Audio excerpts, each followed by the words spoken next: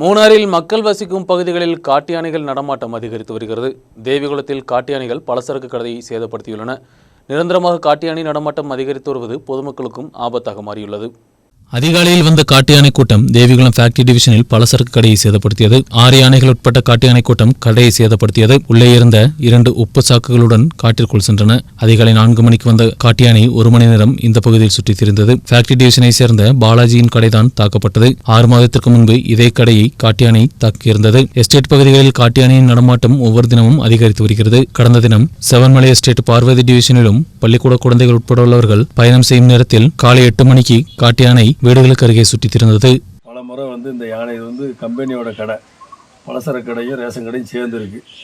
இதில் பார்த்தீங்கன்னா இன்றைக்கி 13ஆம் தேதி அதிகாலையில் யானை ஒரு 4, 4:30, 5 மணி போல் இந்த சன்னலை உடைச்சி இது வழி உப்பு, சர்ப்பு, அரிசியெல்லாம் எடுத்துருக்கு. அதேமாதிரி முன்பாகத்துலேயுமே யானை இடிச்சிருக்கு.